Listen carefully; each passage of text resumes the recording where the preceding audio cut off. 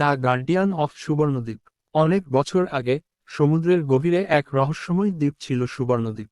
এটি সোনালী বালুকা ও অপরূপ সৌন্দর্যে পূর্ণ, যেখানে অমৃত পাথর লুকানো ছিল।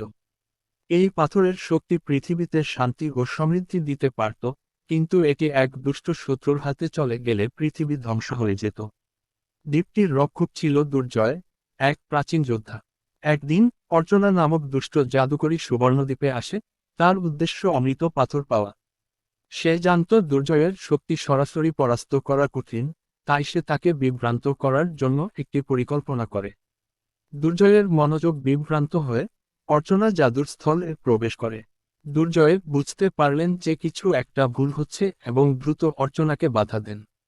তিনি তাকে সতর্ক করে বলেন, অমৃত পাথরের শক্তি পৃথিবীতে শান্তি দেবে, কিন্তু তুমি যদি এর অপব্যবহার করো, পৃথিবী ধ্বংস হয়ে যাবে। অর্চনা তাতে পাত্তা না দিয়ে তার শক্তি প্রয়োগ করতে থাকে। তাদের মধ্যে এক ভীষণ লড়াই শুরু হয়।